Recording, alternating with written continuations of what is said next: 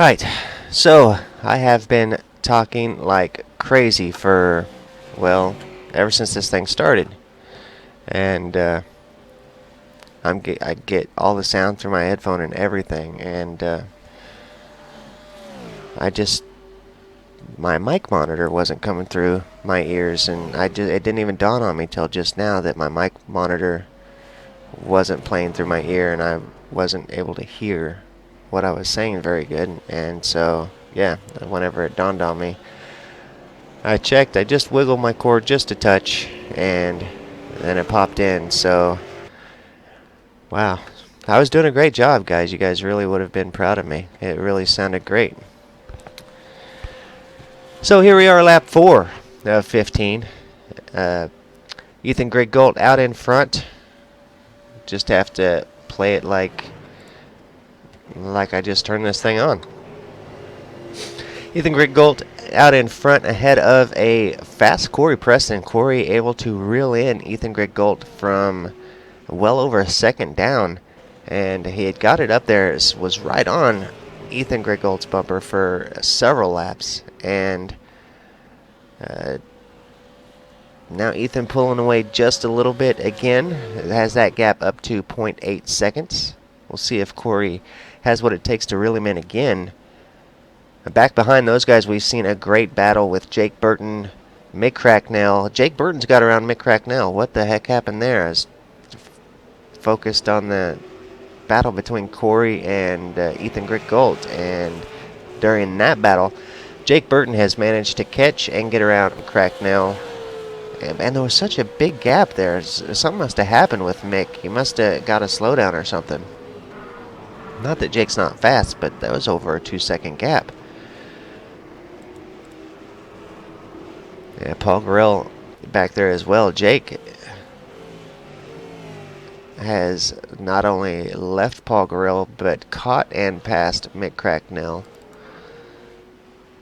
So Jake Burton on the move here today. He is just flying. We'll have to take a look at lap times.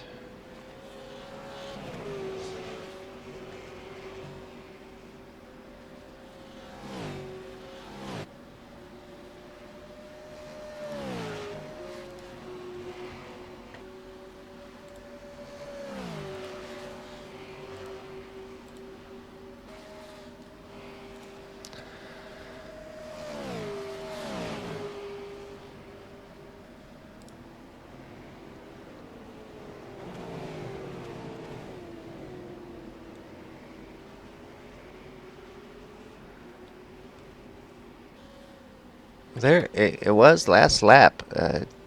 Jake finally got his lap time down to that of the leader. Jake's lap 4 was just a little quicker than the leader's. After the first 3 laps, seemed to, well, you can't call a 3:57 be struggling. It's definitely a fast lap time, but the first 2, Ethan Greg Gold, the leader, definitely turning 3 seconds faster of a lap 1, 2 seconds, almost 2 seconds, a second and a half almost faster than Jake on lap 2.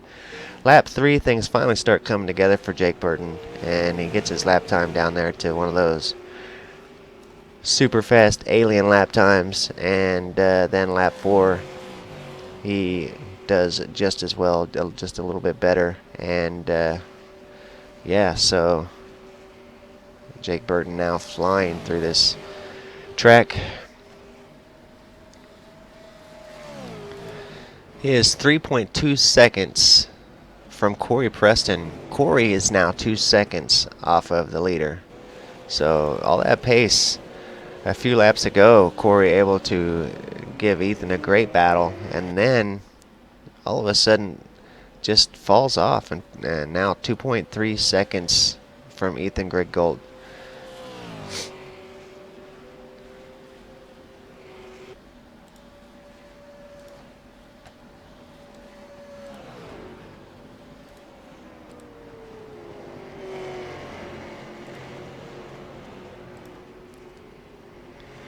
Check Corey Preston's times here. Yeah, Corey, boy, he lap 2, he just was flying, and lap 3.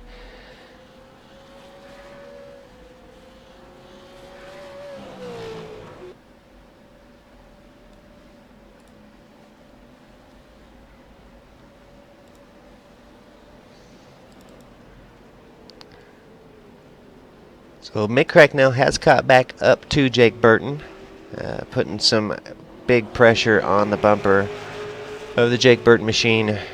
Thought he was going to get up there and try to make a move on Jake. Jake able to get a little bit better of an exit there and has pulled a significant gap back to Mick Cracknell. One that I think Mick will be able to reel back in, especially with the straightaways here at Le Mans. Paul Gorell sticking with those guys as well, maybe falling off just a bit. Not quite to a full second yet. And here at Le Mans, you can reel in a full second down these straights with the draft. So he could get back up here and catch up to this battle and see a three-way battle here again. Marlon McMullen, who was up there in the fray early on, had some kind of PC issues or something. He is now 6 seconds back from those guys. Looks like he might just be trying to stay by himself. Marty Carroll also back in 7th now, so something happened with Marty. I'm not showing a pit stop, so something happened with Marty that cost Marty. No, he's still up ahead of Richard Elward. So Marty now about to catch Marlon McMullen and gain another position. He has moved his way up through the field a little bit. We've seen him pass Richard Elwood earlier. Let's see where he started. We didn't get to see the starting grid here because we got just a little bit late of a start. Marty Carroll did start in 7th. Must have lost a little bit of ground on the start. Has made his way back up to get back into that 7th position. But that is how these guys started out the night. Ethan Greg Gold started from 1st, Corey Preston from 2nd, Mick Cracknell from 3rd, Marlon from 4th, Paul Gorell from 5th, Richard Elward from 6th, Marty Carroll started from 7th, Jason Quire from 8th, Chris D'Angelo from 9th, Gene Fiddies is how I want to say it, but I'm not sure, Gene. You'll have to send me a message to exactly how to say your last name.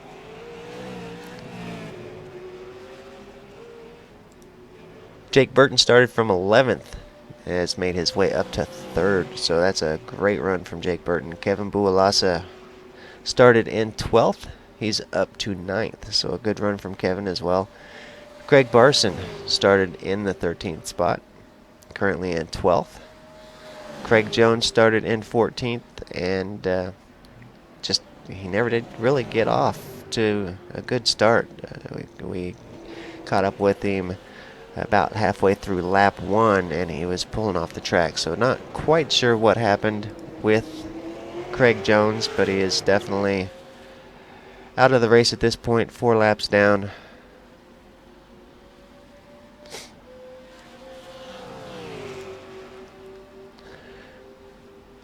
Trying out the iRacing ticker, the ticker that I typically use, this big one here. It always seems a little glitchy, so we're gonna use the iRacing one for tonight and see if things glitch a little less. So let's check back out in front. Ethan Greg Gold, SDC Motorsports Championship driver, is in the number 1 spot.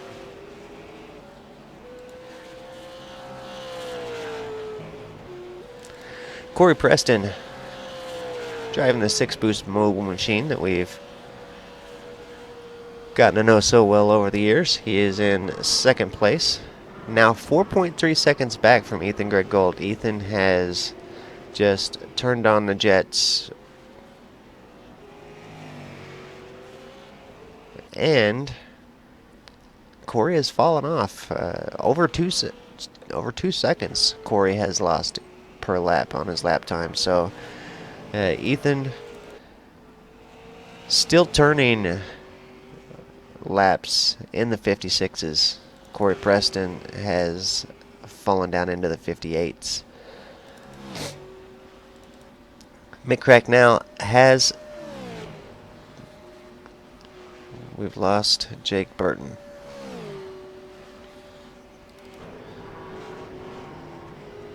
Alright, Jake has made his pit stop.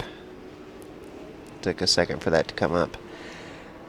So Jake is down to 11th. Marlon has made his pit stop. Jason Quire has got his pit stop out of the way. So 3 drivers have got their pit stop out of the way.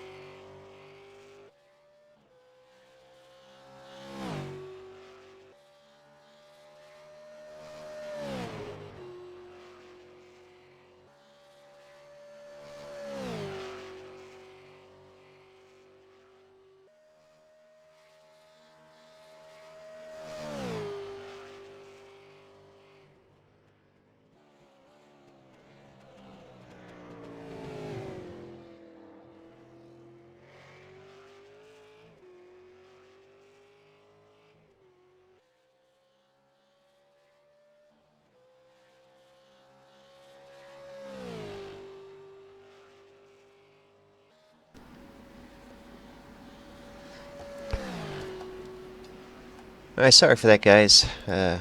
Phone call from V8's online headquarters. I had to take that. Just some bad timing. Alright, so let's check out. Nearly everybody has got their pit stop out of the way. Ethan Griggolt has yet to stop, and Kevin Bualasa has not stopped. Jake Burton, the first of the drivers to have stopped. He is now ahead of Corey Preston and Mick Cracknell. That's big. It's bad for Corey that he lost so much time in the pits, but he was losing about 2 seconds a lap there on his old tires. So having a fresh car definitely will be helpful for Corey Preston. Great battle shaping up there for what is the third place now. Assuming that is going to be effective second place. Jake Burton starting to really pull away from those guys now. Like he just turned on the jets or something. Mick Cracknell now going to try to get around Corey. The draft here is just amazing with these long straights. So Mick Cracknell able to get position on Corey Preston. Corey now down to effectively fourth. He's going to try to get that position back from Mick Cracknell. He's going to go to the inside and try to get it done through this straight here.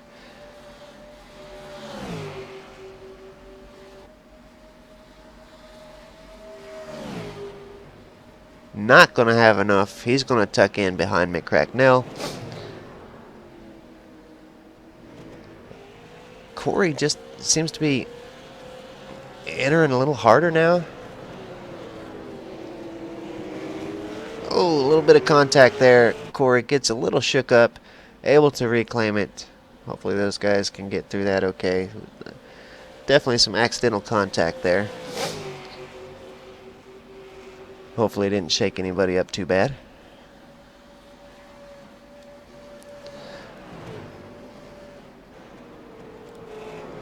So definitely a hot battle back here for fourth. Corey had it. Mick Cracknell wanted it. He ended up with it. Corey wants it back. Definitely some serious battling going on for... Whoa, some contact. That's going to get Mick Cracknell sideways. Oh, he had it. He just barely lost it. Corey obviously kind of shook up from it as well. Don't know if he's typing, saying sorry or what, but see him go off track like he was distracted. Hitting the curbs hard though.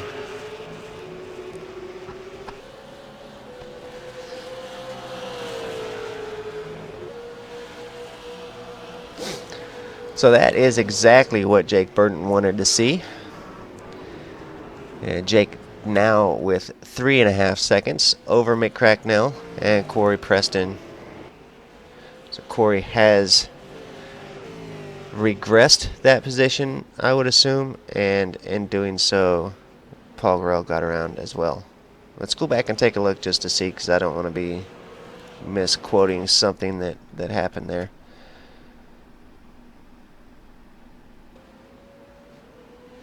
This is where we saw Corey seemed a little distracted, like maybe he might be typing or something. Went way wide and then even off track.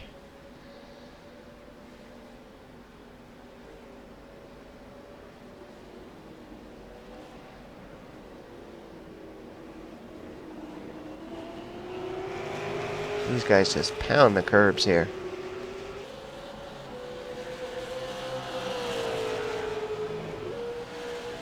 And this is where I got off camera, and yeah, that's exactly what happened. Corey Preston regressing to Mick Cracknell. Paul Grell was right there as well and ended up getting position from it.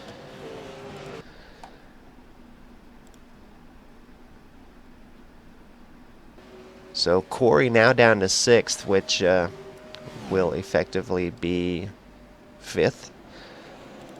Kevin Bualasa out in front for the time being.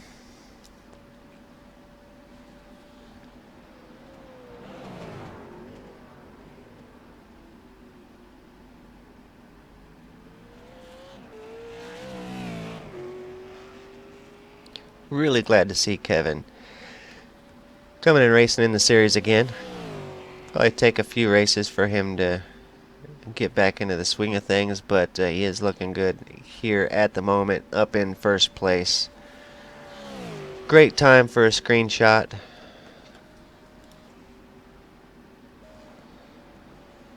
Always good to have your name in that first spot.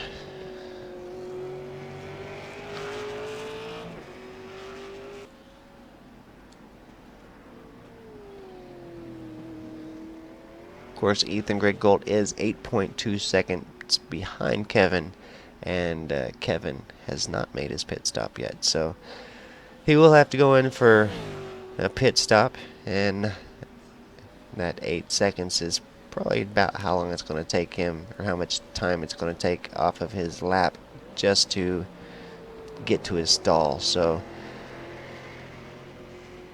then the time to service the car on top of that will definitely put him back in the field a little ways, but he is out in that number 1 spot for now. Let's check back on Ethan Greg Gold in the 2nd spot for now, effectively in 1st overall. He has got 5.6 seconds back to Jake Burton, and Jake has cleared 3.9 seconds back to Mick Cracknell. Mick has got a second back to Corey Preston. So Corey, after regressing, has got the spot back from Paul Gorell, who was able to kind of sneak in there. Woo! Corey Preston hard on the brakes, locked him up.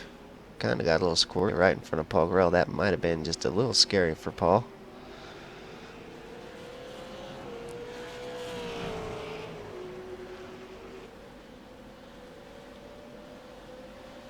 So anyway, Corey has got that position back and has reeled in a lot of the gap that Mick Cracknell had established after that regress. So we will probably see this battle resume here between Mick Cracknell and Corey Preston. Marlon McMullen, after pit stops, has gained a lot of time on these guys as well, and after, of course, the hard racing and a couple little incidents there. But Marlon has caught back up to these guys almost. He is just over a second back. Paul Gorell even now behind him at this point.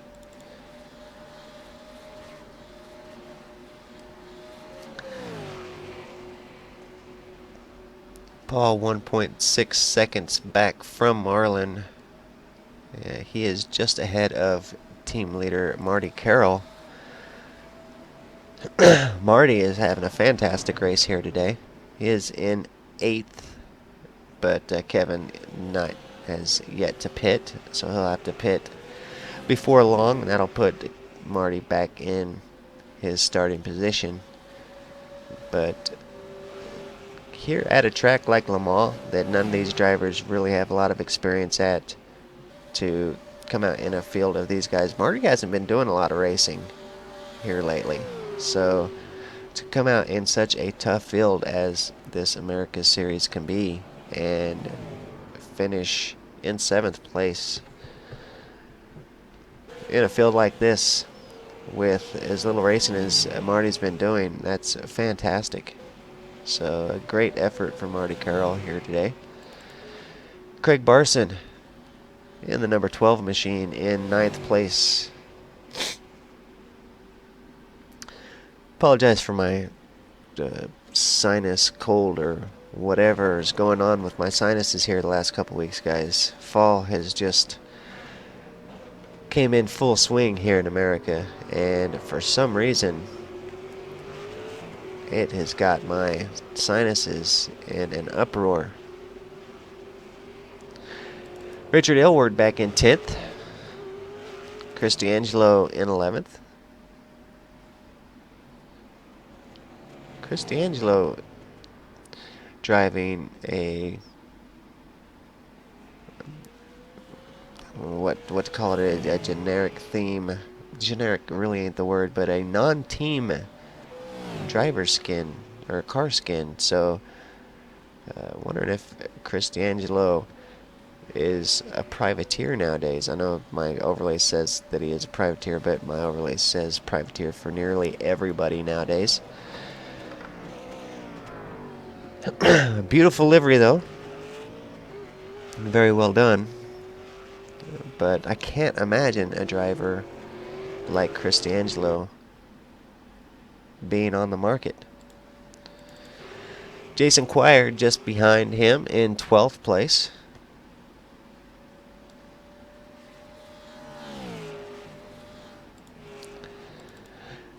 Then Gene back in 13th. Gene, this is the first race I have ever seen Gene in, and he has really been doing a great job. He is in last place, but that really does not say how good of a job he has done here today. He's got Jason Quire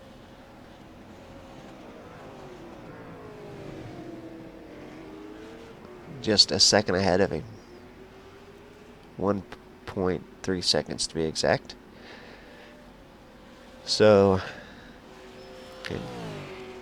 to finish this race 1.3 seconds behind, well, there's still 5 laps to go, but to be 1.3 seconds behind Jason Quire in what is my first time seeing him here, that's fantastic. So a great first race here in the V8 Supercars America Series for Gene. Fids or Fiddies? I'm going to say it's Fittis. Fittis is how I'm going to say it.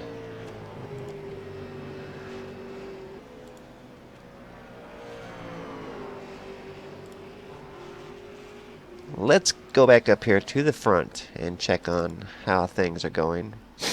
Go back through the field as some gaps have appeared in the action, but I can tell you by looking at the score sheet, things are heating up. Ethan Griggold in the number 1 spot, 6.8 seconds back to Jake Burton. Then from Jake back to Mick Cracknell, 10.7 seconds. So Jake with plenty of gap back to 3rd place. Paul Gorell's just 1 second back from Mick Cracknell, but Paul has got a very racy Marlon McMullen on his tail. So big battle here for 4th as Paul Gorell holds position and Marlon McMullen wants it. But not too far behind Marlon McMullen is Marty Carroll, SDC team leader and veteran V8 Supercar driver. And then Corey Preston, not too far behind Marty, as Corey has found some more drama here today, as can be seen from his car. Let's take a look at the events log and see if it says what happened to Corey. On lap 10, he had an off track.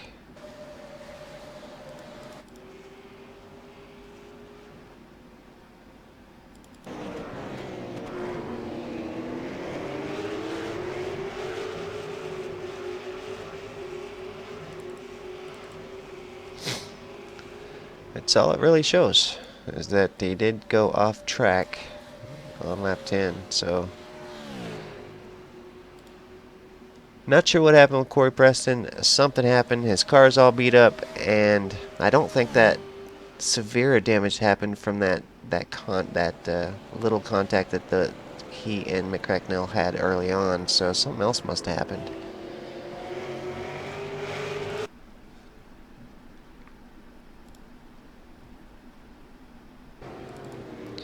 So Marlon McMullen able to get around Mick Cracknell, or Paul Gorell rather.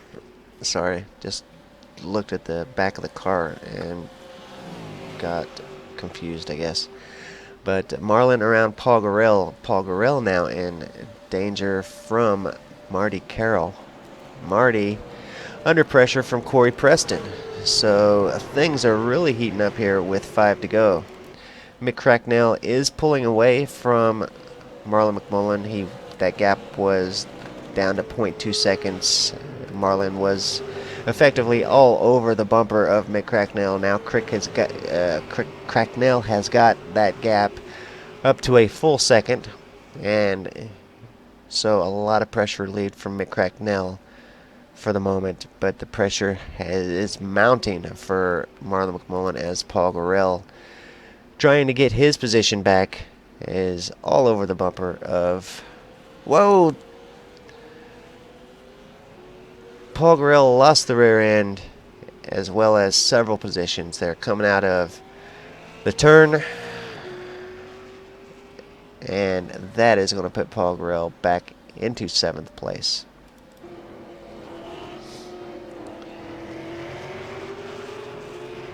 So Marlon, now without the pressure on his bumper that he was getting from Paul Gorell, gets just enough of a break to concentrate on the race ahead.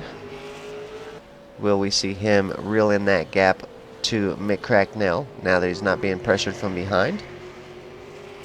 It's looking like it. That gap was well over a second, now down to 0.7 seconds. So Marlon McMullen trying to reel in Mick Cracknell. 4 laps to go, although the laps are considerably long here. 4 laps to go. Marlon's got that gap down to half a second now, thanks to these extra long straightaways and the effect of the draft. So Marlon has caught Mick Cracknell and has returned to the bumper of the number 4 machine. Corey Preston 2.1 seconds back from that battle. Marlon now side by side with Mick Cracknell as they get to the end of the straight. Marlon is going to be in a good enough position to get out in front as they prepare to come up to another long straightaway, which will give Mick Cracknell the advantage.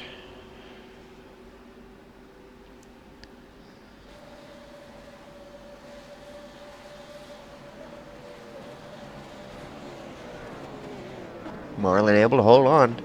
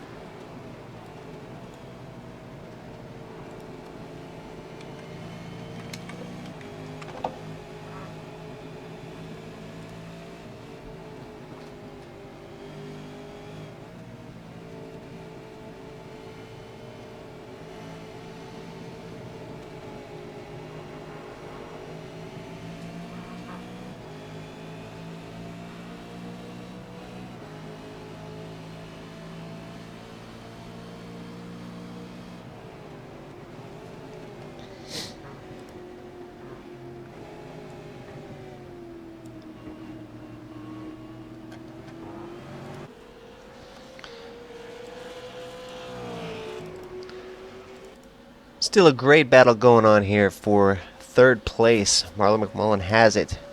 Mick Cracknell has had it and wants it back. Beautiful livery there that, well, both their liveries are awesome. But the one I'm talking about at the moment is Marlon McMullen's machine. That livery painted by Kevin Walker. and just an awesome job. Kind of manipulated his colors to give a chrome seeming front grille. Looks pretty good. But the skin as a whole just really looks good. So the metallic layers they used, just a great job. So love seeing new skin or livery makers pop up, and Kevin definitely doing a good job.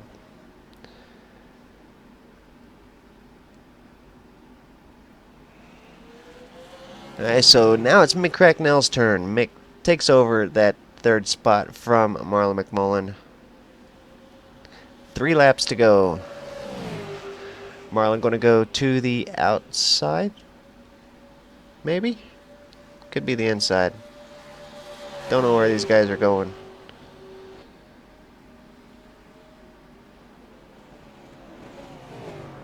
It was the inside. See there? And regains third position.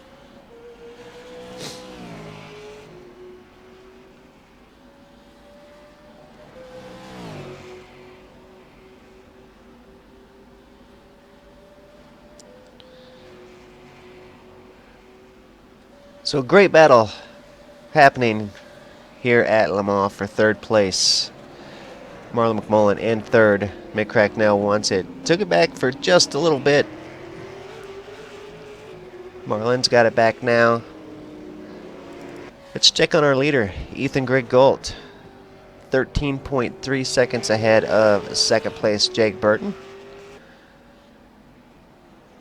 Lap times are still down in the 56s. Ethan Greg Galt just flying around this track.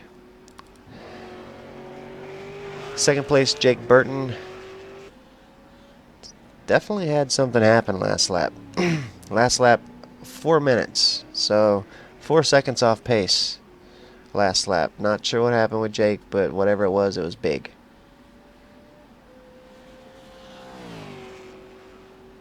Not big enough to cost him a position, but it definitely was. 4 seconds is a lot of time to lose.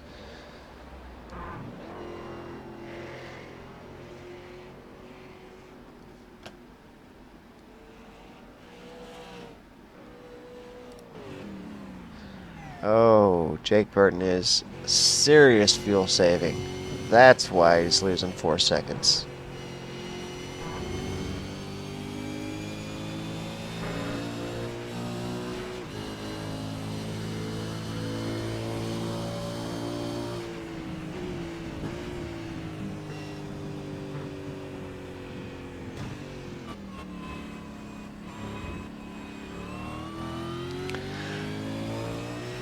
So Jake will be saving a record amount of fuel the way that he is fuel saving now.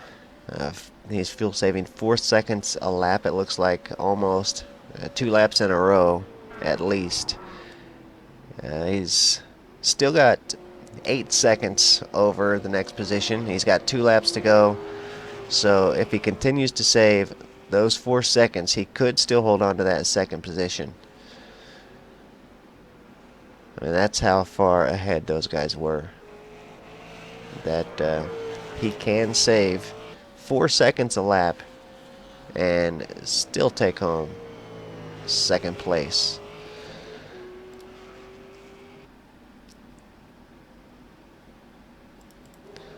Battle heating up back here for fourth, or fifth rather. Corey Preston is in fifth, just ahead of Marty Carroll.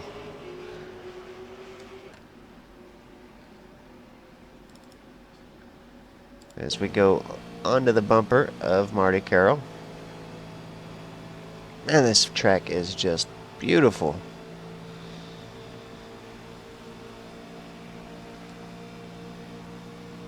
iRacing just is getting better and better with every track.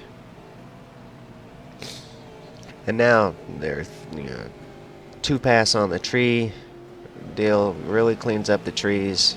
Every once in a while you can still see one that's kind of two-dimensional, but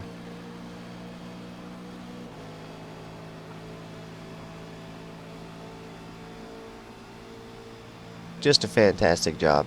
iRacing and their laser scan tracks was just genius. To be able to virtually get on these tracks and know that what you're driving on is an exact match to the real life track, that every bump that's in the track is there, every crack in the asphalt is there. It's just amazing. And then of course the cars are scanned to be the exact size that will fit on the track exactly perfectly. And yeah, so awesome job to iRacing.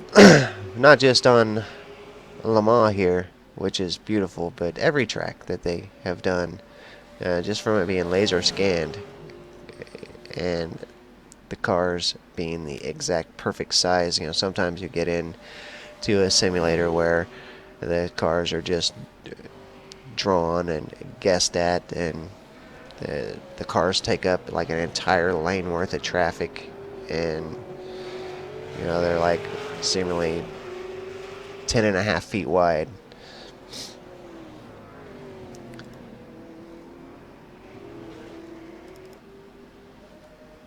Alright, so going back up to this third position, Mick Cracknell has regained his third place, just ahead of Marlon McMullen. Marlon, of course, going to try to get that position back.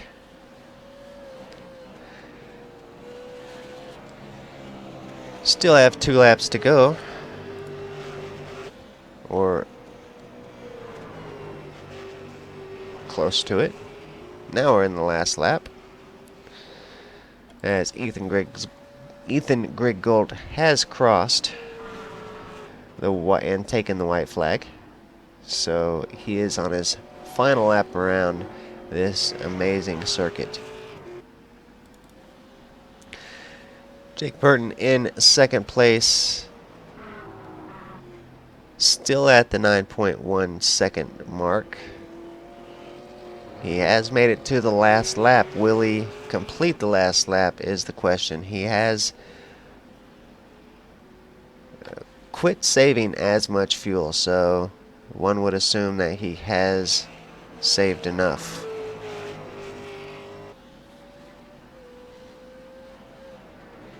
Awesome. That will be a great place for a screenshot. When Jake went off there in the dirt, and the dirt went flying, and a big old dirt clod went flying, that was awesome. Alright, so final lap here at Le Mans. Ethan Griggold is in that number 1 spot. Jake Burton in second. Mick Cracknell still holding on to that 3rd spot. Marlon McMullen all over the bumper. He is going to go to the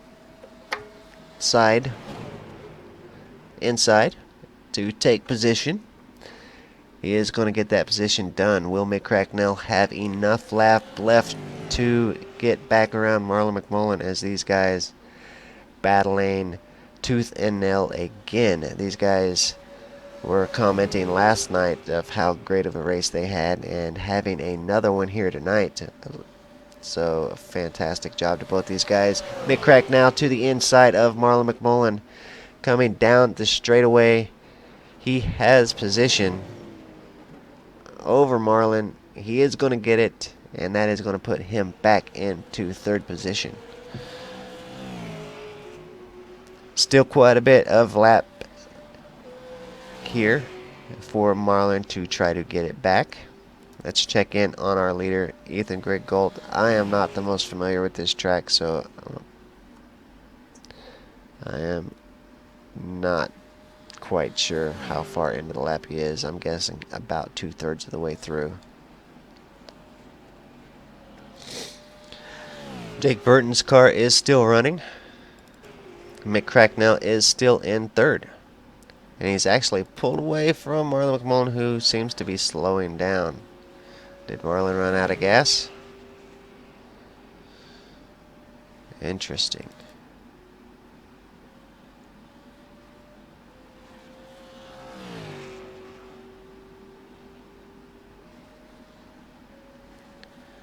Finishing up his final lap here at Le Mans, Ethan Griggolt has led from the moment that I got into the server anyway.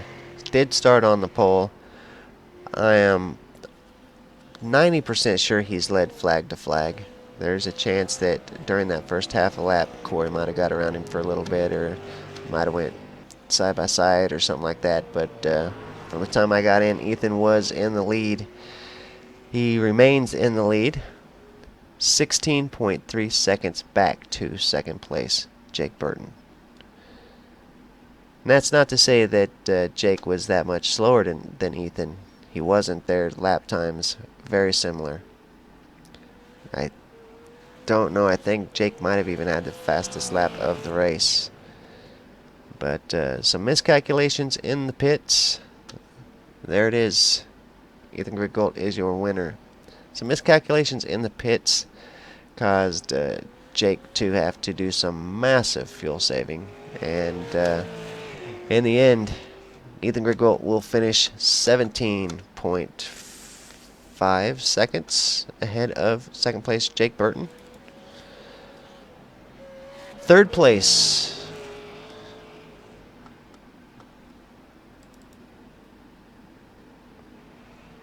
went to Marlon McMullen.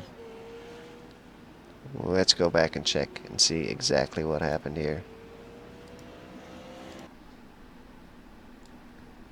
Mick Cracknell crosses the line with a beat-up car and in 5th place or so.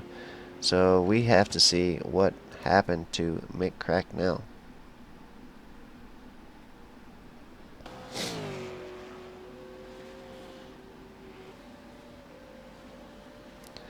So at this point, Marlon has started fuel saving. Mick Cracknell. Whoa. Ouch.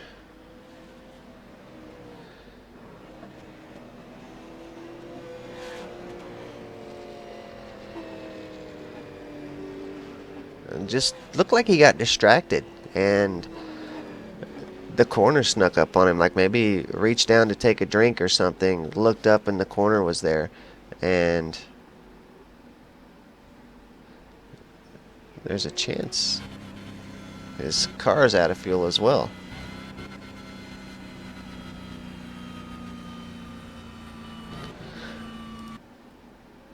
So, tough break for a lot of drivers here tonight, Mick Cracknell being one of them. Corey Preston, a rough race here today.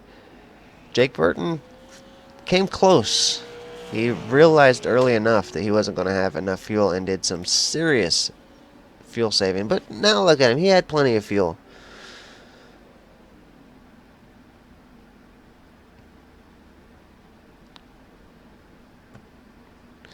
But he did some massive fuel saving to ensure that he was able to make it across the line. And that's exactly what he did. He made it across in second place.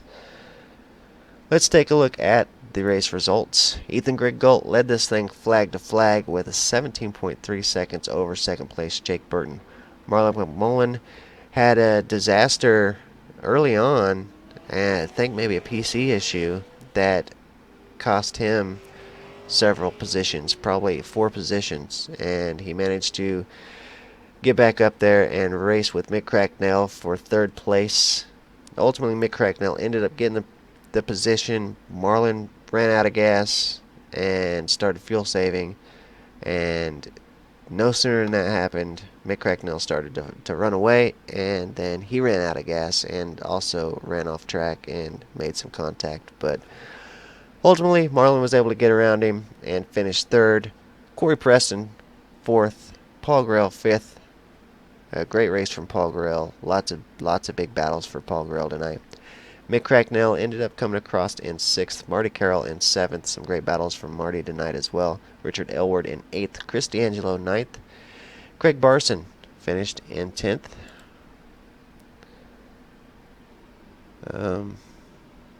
What happened? Here we go. Gene Fittis in 11th. Kevin Bualasa in 12th. Jason Quire 13th. Craig Jones just didn't quite get into the race today. He finished in 14th. 15 laps down. Great race. Great job from iRacing on such a beautiful track, and a great job from all these fantastic drivers tonight. A lot of great battles.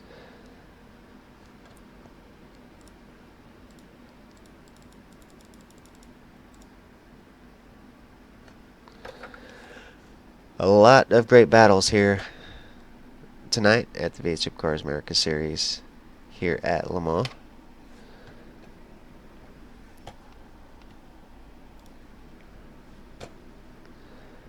Do want to remind everybody that V8's Online is covering the Bathurst 1000 tonight.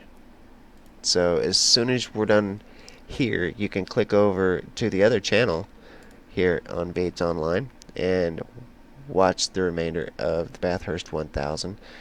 That's a very long race at Bathurst, one of the toughest tracks in the iRacing service. I would say probably the toughest track.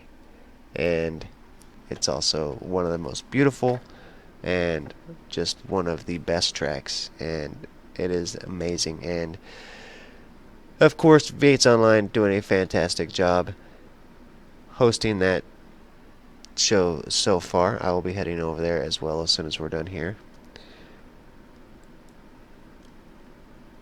Drivers starting to come in for post-race interviews, so we will talk with some of those guys before we head off.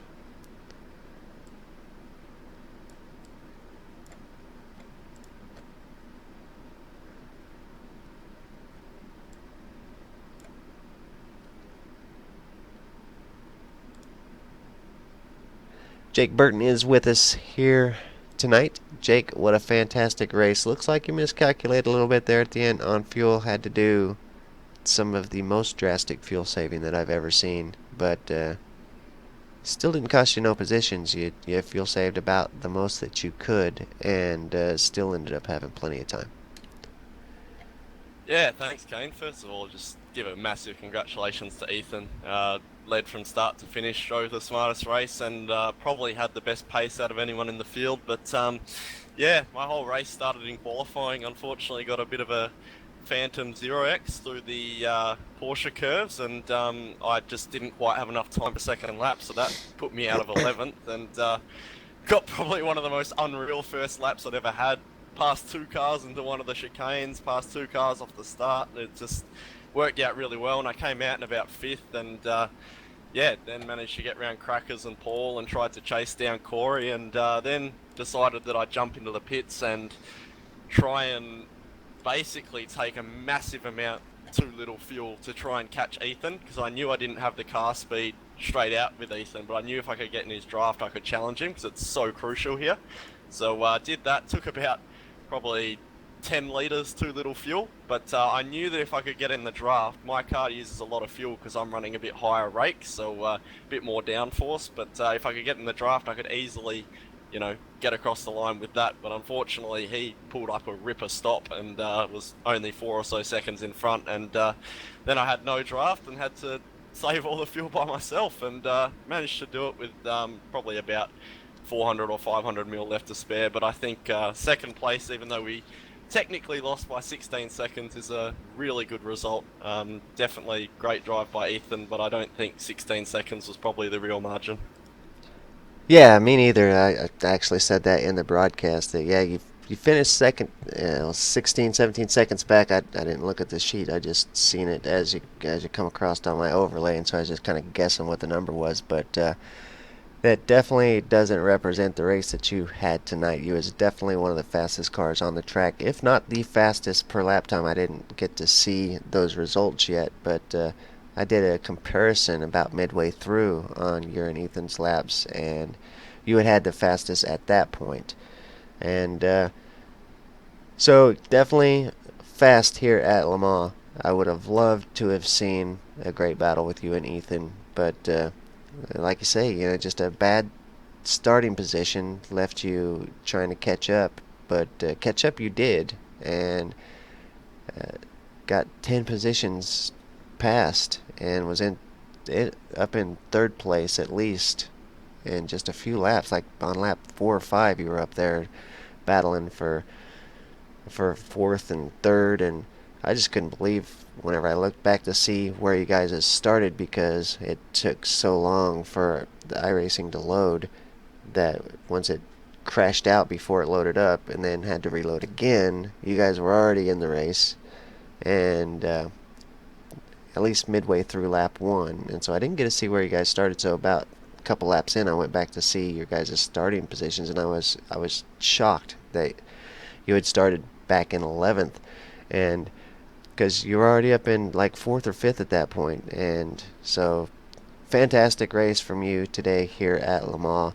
How much practice was you able to get at Le Mans? As new as this track is on iRacing, is it a track that you have had experience on another platform?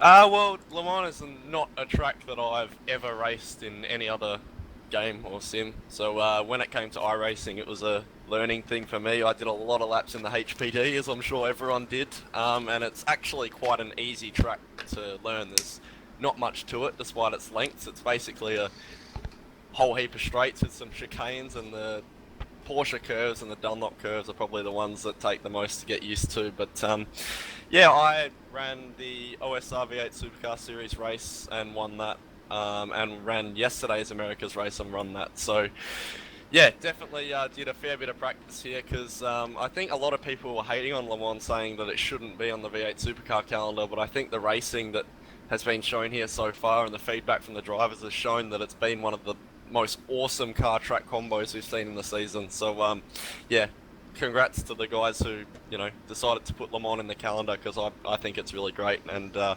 yeah, definitely hoping we get to see it in something like the V8 Scops or something next season. But yeah, we'll come back on Monday and try and fight it again because yeah, I don't think going back to the pace thing. I was as fast as Ethan. My qualifying lap that I did with the 0x was only like a 57.2, which is a fair way off Ethan, but it still would have been enough for second, and I think the draft would have kept me in the mix. So yeah, bit of a shame, but next week we'll move onwards and upwards.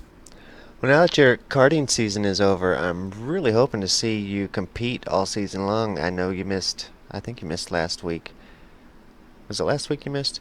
I know you've missed a week, but there is a couple drop rounds, and when you figure those in, you were right up there at the top, and it would be fantastic to send you a trophy at the end of this thing. So, hope we can see you compete for the entire season and do well. You've definitely been doing well so far, so good luck on the rest of the season. Hopefully, we can see you throughout the entire thing. Yeah, cheers, Kane. Unfortunately, I missed the last 2 weeks. Yeah, 2 weeks ago I had my karting state titles, and then last weekend I was lucky enough to go to Bathurst. So, yeah, unfortunately with the America system of 2 drop weeks, it's going to make it a very uphill run from here. Going to have to hope on some unfortunate results from Ethan and some very good results from me. So it's going to be an uphill work, but yeah, we'll try our best. Awesome. Well, thanks for joining us, and we'll talk to you later in the Bathurst 1000. Cheers, Kane. Jake Burton, everybody. Now let's talk to. Is it over? Well, let's talk to Marlon McMullen, who we haven't talked to for quite a while since I didn't broadcast the beginning of this season. And Marlon wasn't with us last season, but Marlon, definitely an interesting race here today. It looked like some PC issues or something. I was guessing frame rate just from the massive track here at Le Mans. And then you had all the traffic around you. Something slowed you down to almost a stop and allowed four cars to get by you. But that didn't stop you. You was able to keep with it and work yourself back up to a third place finish. Tell us about it. Hello, hello. It's good to be back. It's been about 3.5 months, maybe a little bit more. I don't know, since I won the last championship and then I magically vanished. But yes, I'm back. I've come back from my alien abduction or wherever I've been, and yeah, I've done the last couple of weeks and just been getting used to the car again, and it's been feeling really nice this season. And last season I couldn't race at all because my computer just didn't want to work at all. Obviously, the frame rates got worse and worse, but thankfully this season it seemed to be a little bit better, and I can run now. And today was another track. I was a bit worried about the frame rates, as you said, and actually it wasn't too bad, believe it or not. It's actually the heat outside which makes me a little bit more worried because obviously everything's a bit hotter inside. But I managed to get through it, and it was a pretty good race. I started off I think I started off 5th or 6th or something. It was a pretty good lap. I thought I binned it in the last corner. I was going to get a off track, and that was the end of it. It'll be at the back of the field. But there's nothing really too much to lament around here. It's such a long race. It's a survival sort of race. So it's good to see that Jake did really well today as well to come from that position. And yeah, it's just about picking, your sort of moments and going through forward in the race. So it wasn't too, disappointing where I qualified. So tried to get a nice start, got away, and yeah, it was just such an intense race. You know what I mean? And Jay came up behind me, and he did nothing wrong at all. I don't know what happened to my car. It just felt like as soon as he got close to me, might have been me, or could have been, I don't know, the air or whatever it was. I just had no grip. It was the same thing as I had yesterday in the race as well with Victor and Mick Cracknell at certain moments. I just turn and the car won't turn. So the safest thing to do in the end was just pretty much cut the chicane and just cop the penalty and not ruin anyone else's race. I don't want to be selfish. So yeah, did it. Went from like 3rd back to 8th. It was a pretty big penalty, and it just lasted for about 30 seconds, and it was just, it was a lot of salt and vinegar at that moment, added in one sort of spice. So got through it and thought I'd try to come back in the pit lane and do something good with the pit stop, and yeah, put in, I thought what was enough fuel, which it wasn't, and sort of got onto it early and started, sort of managing the fuel and, where I lifted off and that, and tried to use the draft to my effect, and that's pretty much all I could really do, just try and get back on that draft train. And once I sort of got closer and closer to Paul, Corey, Crackers, and all that, it really started to obviously heat up the race. And I was obviously listening to the radio, and I could see there was a little bit of perked up sort of anger going on there, so I didn't want to have any bar of it. And I just sort of chose my moments wisely and went around it. And yeah, pretty much from there on out, just had a really great battle with Crackers all the way to the end. And I tried to set him up on the last lap to get the pass done on the last straight, and I got a slowdown going down into onto the straight. I'm like, no way, and allowed him to get a big gap away. And I was like, no, that's it. He's got 3rd. He's never going to give that one back. And all of a sudden, he just went flying off. I think he had his own fuel dramas, and he tried to take a corner at 300 k's rather than 100. So, but what can you do with it? It was just one of those epic sort of races. It's so much to unravel. You know what I mean?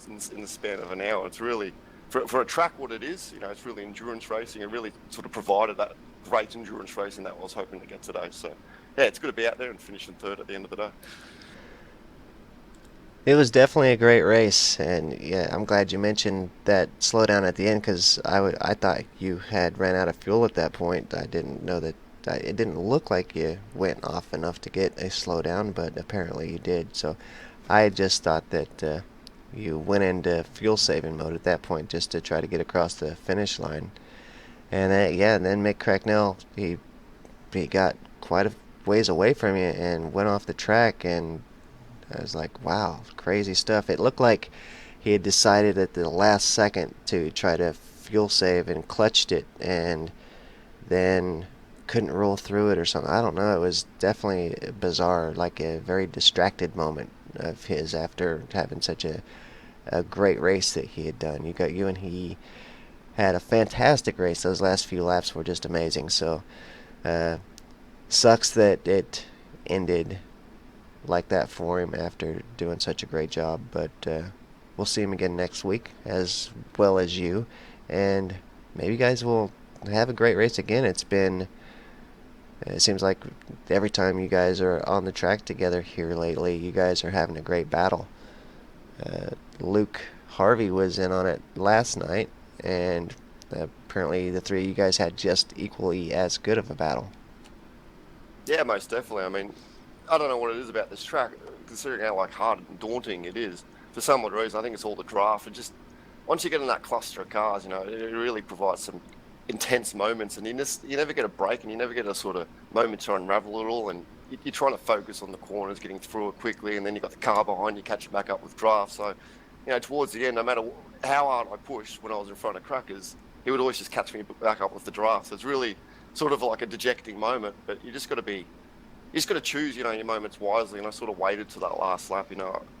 It's the same as qualifying. There's no point starting on your first position because you're going to get absolutely slaughtered by the draft on the back straight. So it's just one of those days, and you're just trying to get through all the race. If there's a bit of carnage, just try and go around it. Try and manage those slowdowns, which I didn't do very well twice. I had a couple of moments, and then at the end of the day, I probably would have finished another 5 or 6 seconds up the road. But you just got to take it how it is. You come back next week. It's Zolder as well, so it's another good track. We've had some good battles over there in the past. So, yeah, this season's been one of the best probably seasons I've ever really been in. It's just so intense now. It's really clean racing that, I don't know, it's just a respect sort of thing maybe as well. But we're all sort of surviving, and I take my hats off to everyone because it's provided me some good footage for my videos. A lot of great drivers in the series, and it's really progressed the Americas series to where every one of these drivers that show up is just top notch and can provide some great racing. And it's good to see because it really does provide some great racing. Thanks for joining us, Marlon. Great to see you back in the series, and definitely be watching to see how things go here. Just so far, 5 races now down, 7 to go, and it's going to be an interesting series. Lots of drivers up there competing for the championship this season, so it's going to be a lot of fun. Thanks for joining us, Marlon. Great to see you, and we will see you next week at Zolder. No worries. Thank you for having me. All the best. Now let's talk to Corey Preston.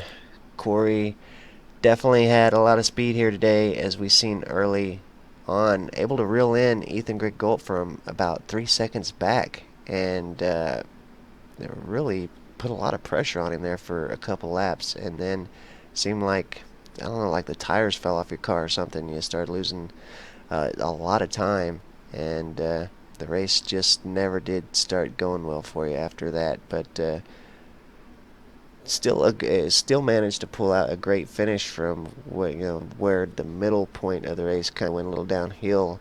The end kind of picked back up for you and managed to get a 4th place finish. So ultimately, it was a pretty good run. Yeah. Yeah, it was a good race.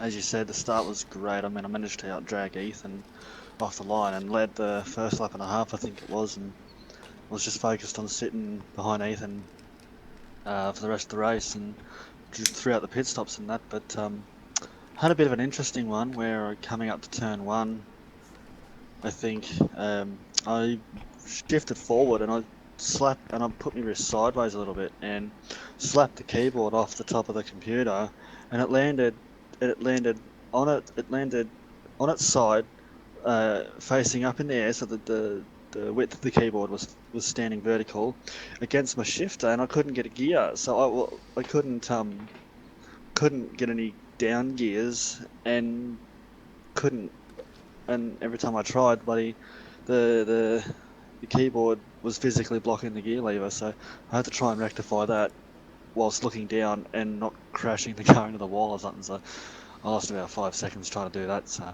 Yeah, that reminds me.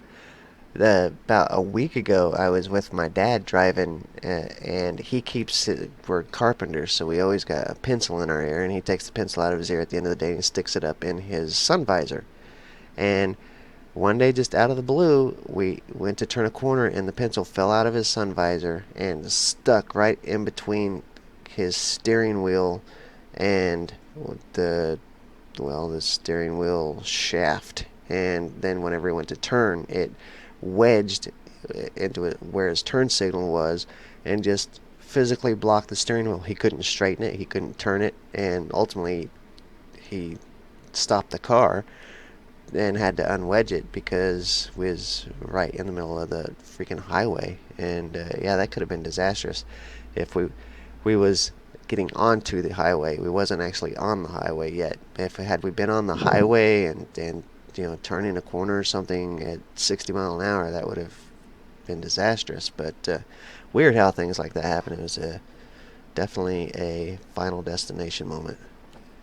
yeah, I mean, if that hadn't happened, I probably wouldn't have ended up back where I was, and all the rest of it probably wouldn't have happened. So yeah, I've only probably really got myself to blame for that, but I suppose that's what you get for trying to have your keyboard, because yeah, I got the keyboard resting on the open frontal area of the case, of the computer case, and then so it's like sitting at a very diagonal angle with front of the keyboard overhanging the shifter. Actually, now that I look at it, and I must have just put my hand off the shifter, bumped the keyboard, and it's come back down, and it's just wedged itself somehow. I couldn't get a gear, couldn't downshift, so I had to quickly rectify that and lost all my time. So yeah, but yeah, I'll move on to next week, and I'll try not to have it happen again on Monday night. Well, good luck on Monday night. You definitely have the pace here to get a good result. A little bit of luck on your side come Monday, and I got no doubts that you will be seeing a podium. Because whenever I was checking your speed compared to everybody else, about mid-race, well, it was at that point where you reeled in Ethan from 3 seconds back. You was flying, so you definitely got the car to get it done here. So I'll definitely be watching Monday night to see how you do. Yeah, it was a bit of a battle for the second half of the race. I had no straight line speed because I had a quarter panel get ripped off, so that's interesting. And then I had to massively conserve fuel the last 2 laps because I realised it was like 4 litres short, so I was like, yeah. And that Yeah, was my decision. And that was my decision to take 50 litres instead of 55 like I was going to, so I think a yeah. lot of drivers learned their lesson on fuel tonight, so uh, Monday night should be a better race in that regard. As I think drivers learned how much fuel they can't take and that they have to take more. Because I Yeah, well, think 4 or 5 guys ran low on fuel. I actually ran out just after I crossed the line, and that was just after I reclaimed 4th place. So, yeah, the bit of an interesting one, but yeah, there's some issues to sort out for Monday night, I can tell you that. But yeah, always fun to talk to you, Kane, and doing it tough tonight, solo, and no JD again, and Yeah, just JD's yourself. having some issues. Updated Windows, well, I guess it was 2 weeks ago now, and ever since he updated Windows, his PC won't find his hard drive. So, Vince, he's in Georgia, and I'm 16 hours away. In Kansas, I can't be his PC guy. He's gonna have to find a PC guy in Georgia to help him out. And it sounds like he does know a guy now that can help him out, so hopefully he can get that figured out. I think just a matter of resetting a CMOS and or going in there and manually setting the hard drive, but he is not a computer guy, so trying Yeah. to things that seem so simple for people who have spent a lot of time working on their computer and stuff can really be challenging for those who or are scared of computers. So hopefully he can get some help, get that figured out, and get back on the show because I know he misses broadcasting. Yeah, I was just going to quickly say, I mean, driving the car tonight against cars that are real fast in a straight line, you really get caught out by them going through the Porsche curves. So I found out Yeah, you, yeah, that draft is amazing here, and it you it seems like you're always under pressure here, and you get going so fast. I can definitely see where a driver could make a mistake going a little fast, or anything. Mistake can when you're going this fast, a mistake can happen just like that coming into these sharper turns. So it definitely makes it fun to watch. I can tell you that much. yeah, and also, I noticed we had an American server tonight, so that wasn't helping things. I mean, when I was behind Ethan, he was disappearing, bouncing all over the place, and I was like, ugh. Yeah, I seen And then that. I, I made a comment on it actually that he was struggling with connection.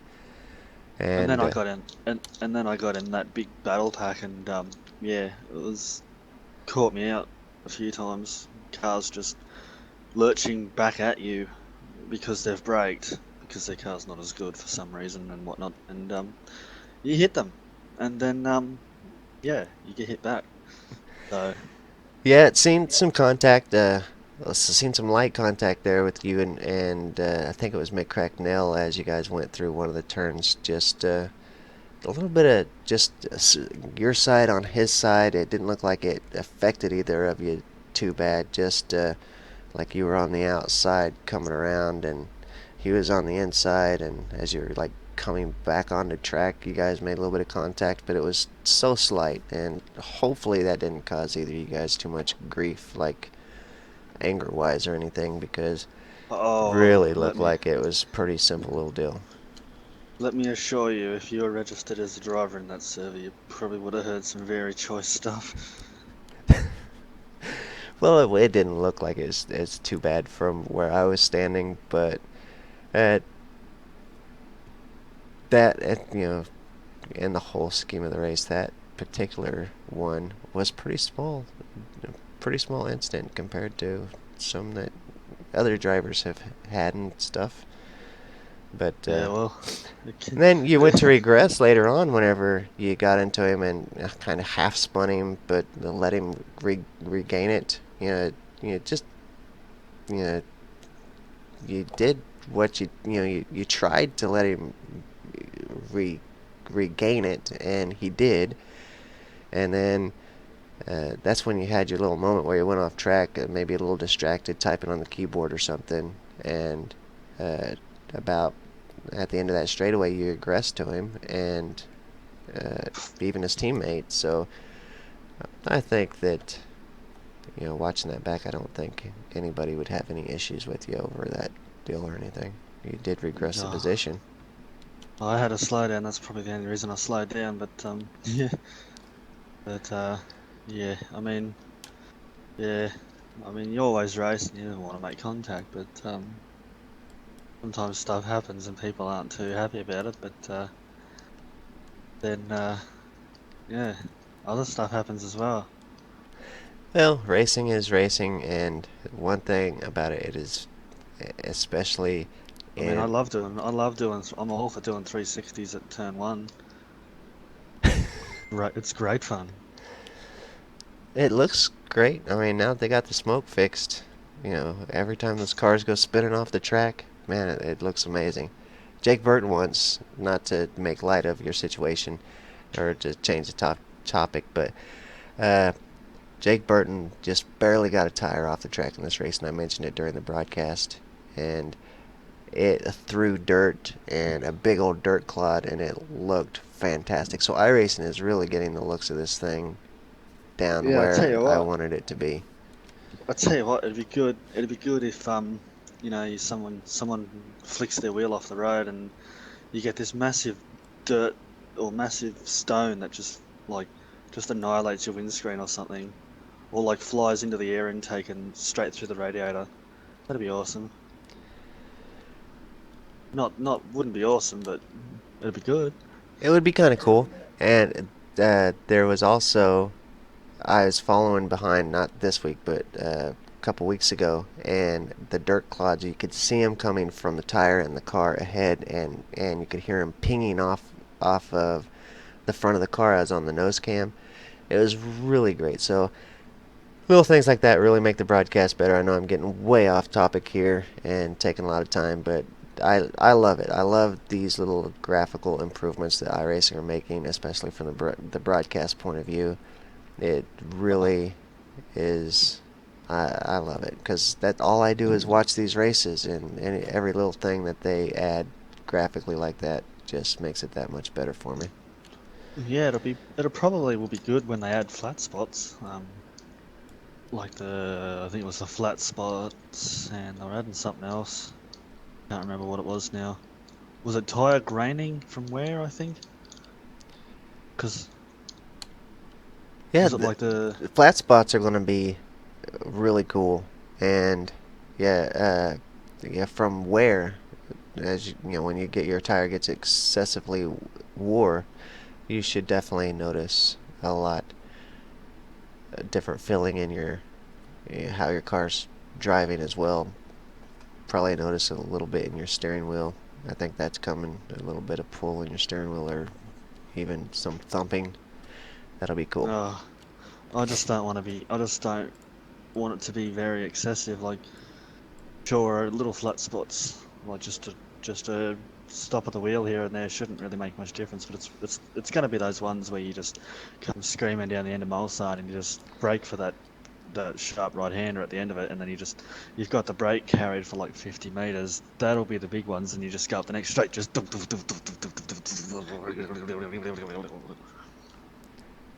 I think it's not going to be very drastic at all on the road course. I think it's really going to be affected in NASCAR when the cars go sliding spinning and all that, I think, is mainly their primary reason for it. But it will definitely, it's all built off the same engine, so the road cars will definitely get it. But I just don't think that just locking up going into right-hander or something is going to cause serious issues. Oh, it will. If you put a mark on the tire and then you brake for the next braking zone and you find that mark and it stops again, it will progressively get bigger until the point where you just blow the tire because it's had it. Yeah, true is in real life. I don't know that the simulator will be that detailed, but we'll see. I hope so. I mean, as realistic as possible is what I say. I love realism. Well, Corey, it's been nice talking to you. As always, we always tend to go on, and then I get off topic and go on about other things. But it's always good talking to you, and we will see you next week at Zolder. Thanks, Kane. Yeah, Zolder next week, eh? Yeah, that's another fun one. Yeah. Alright, catch you later, Kane. See you, Corey. All right, next we have, last but certainly not least, we have Mick Cracknell, who had one hell of a race. A great job, Mick Cracknell, on what was one of the best races we've got to see in a long time. You and Marlon McMullen going back and forth for position. He would get it, you would get it back, and then, well, of course, that's exactly what back and forth for position means. But fantastic drive. Sucks at the end. Don't really know what happened. Looked like a moment of distraction, and went off track, and from there it didn't get any better. He ran out of gas and went from finishing in a great position to not as good of a position, but definitely didn't finished in sixth from racing for third. But that definitely don't take away from what was a great run from you. Cheers, Kane. Yeah, a bit disappointing at the end to run out of fuel, and the reason I ran off, I tried to clutch it going into the Porsche curves, and I just ran way too wide and in there too hot. So yeah, that was a bit of a I thought I shame, heard the but, clutch go in. Yeah, went I back to clutched it in, and I don't usually do that. So once I went in, it was just the car just had no turn. So well, it is what it is, and move on to next week. Well, it's definitely been awesome to watch the races. I watched a little bit of Marlon's video from yesterday, and then to see it repeat itself, that great battle here tonight. Definitely awesome. I love watching it when you guys battle like that. And when you get two of the right drivers together, you can battle like that for lap after lap after lap, just like you and Marlon did, and it's great to see that respect between you guys. Whenever you got a driver that they've raced with a lot, like you and Marlon have, and you know that he's going to be careful, just like you're going to be careful, and you guys can race that close and be okay, and you can just definitely tell from watching it that you guys had that respect for each other.